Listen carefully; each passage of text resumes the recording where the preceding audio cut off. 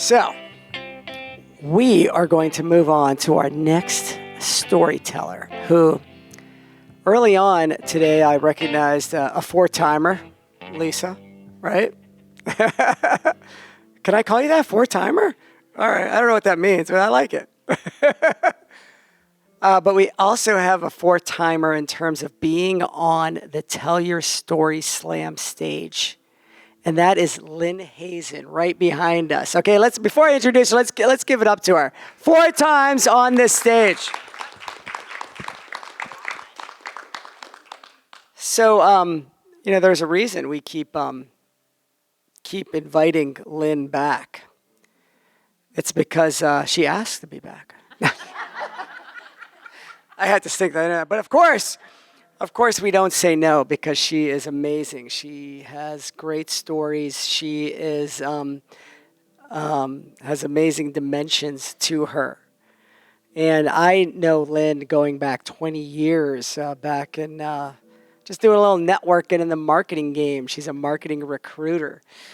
And over the years, I found out that she is an amazing storyteller. She also asks great questions of chief marketing officers at big luncheons. And we've become friends. And when she saw that we started this great thing we call the Tell Your Story Slam, she wanted to be involved in it. So this is her 4th time here. Lynn likes to carry on a great family tradition, which I love, by the way. I did not know this until I saw this little fact come through my email. She makes homemade stuffed grape leaves from freshly picked grape leaves that grow in her garden in Chicago. And that is amazing. I love grape leaves. I call them warak daweli. And I'm going to have to try some soon. She was born in Montreal, Quebec, Canada. She lives here in Chicago. She's had some great stories about a wedding dress, her family in France, Lebanon, Syria, Iraq. Did I get that right? Egypt and Syria. And I am so looking forward to her story today. Please, everyone, welcome for the 4th time on the Tell Your Story stage, Lynn Hazan. Thank you. I need to hold the mic. All right. Greetings. Who are you? What do you do? Why should I hire you? What's your story? Let me tell you why I ask these questions. By day, I'm an executive recruiter specializing in communications and marketing. It's really important that I ask the right questions to find out about my candidates and the value add they make to my clients when they hire my candidates. I've been asking these kinds of questions for over 40 years. And tonight, I'd like to do some with you. This is our chance to do audience participation. When I have done all kinds of questions over the years, I've also learned from a wonderful writer by the name of Marcus Buckingham, who wrote the book Love and Work. So tonight, I'd like to ask you to participate in this exercise. It's a visualization. Don't worry, I'm not going to do anything weird. I'd like you all to sit back in your couches and close your eyes and listen to my voice. I want you to take yourselves back to being a child. And I want you to think of an activity that you did as a child that brought you huge pleasure. No one told you or taught you how to do this activity. You did it intuitively, and you loved doing it so much so that you continued to practice over time and improved over and over again. Do you have that image of that activity in your head? Good.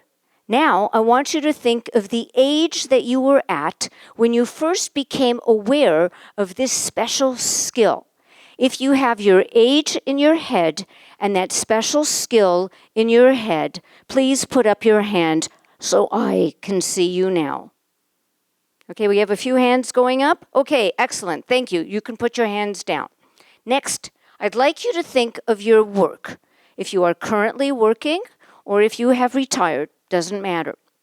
And ask yourself, am I doing the kind of work that maybe as a child I had an advanced preview of what I landed up doing professionally? If any of you have done that professionally because you had early warning signals as a child, on the count of 3, say yes. 1, 2, 3, and yes. Oh, there are a lot of you who have said yes. Excellent. We are in this together. Let me tell you how this has affected me. When I was a child, I loved going into the living room and performing for my mother's dinner party guests. I would perform commercials, Nescafe in particular.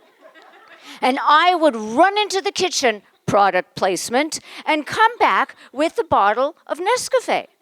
And the audience would roar with laughter and give me a huge applaud. I was on my stage, and I loved performing for my mother's dinner party guests. How did I know that when I was age 5 that I eventually would go into the recruiting business and recruit in advertising? I knew it at a young age. It just took a few years to catch up with me. So here I was performing, and I loved to perform. I spent my entire youth performing, storytelling, drama programs, taking the first ever communication arts class in my high school in Montreal. I did workshops, seminars, conferences, mentors. I adopted them as my mentors so I could teach and learn at the same time. I even traveled. And in that second, I will tell you a little bit more about the travels. So here I am, 16. I want to go to Israel. There was a group trip going. And I asked my mother, do I have permission to go to Israel? She looked at me and she said, Lini, if you want to go to Israel, why don't you wait until your husband can take you? My husband? I'm 16 years old. How long do I have to wait until I get married? And then I started thinking, wait a minute. What if I never get married? Then I can't go. I'm going. And she gave me permission to go. Over the years, I started to travel. The curiosity in me, the desire to travel, to meet new people, come back and tell their stories. And I was on a quest to see the world. I went to Mexico. Actually, I performed there 25 times at Rancho La Puerta in Mexico.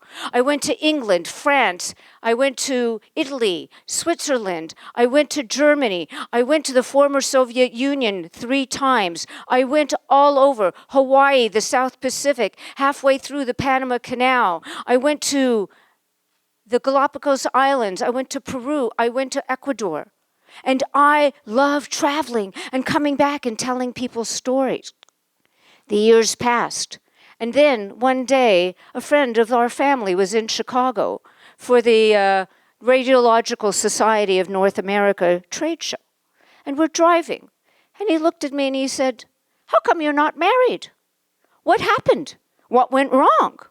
What went wrong? And I'm sitting there looking at him. It's like, would he have asked me the same question if I was a man? So, over the years, I started to say, I'm the woman who counts, and I'm living the life that I want to live. And then I decided in 1995, I was on a mission. This time, Laura Sperling, a musician, a flutist, and I went to the Ukraine. I had met her the year before in Russia. She lived in Seattle.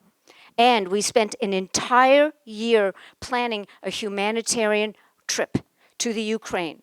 We went from the Ukraine, from Kyiv, Berdichev, Novograd-Volynsk, Vinnytsia, Stary Konstantinov, and Perluki.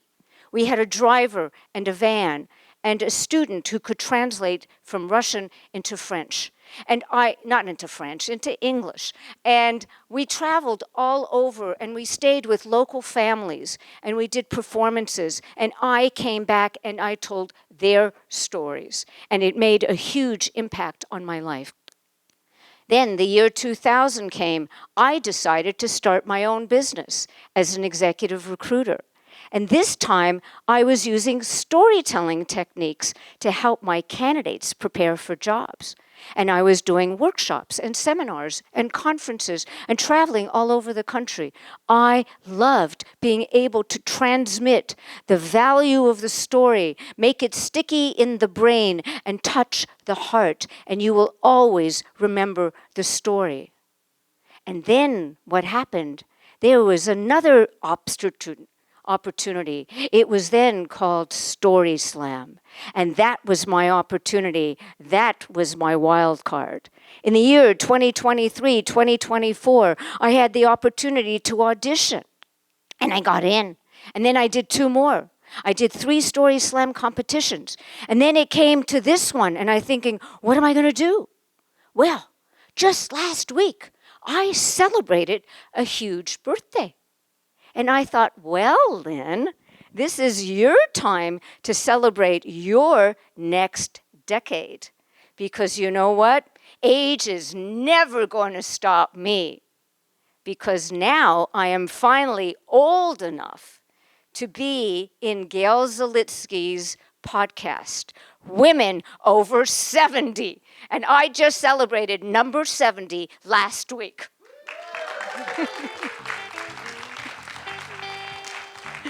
Thank you.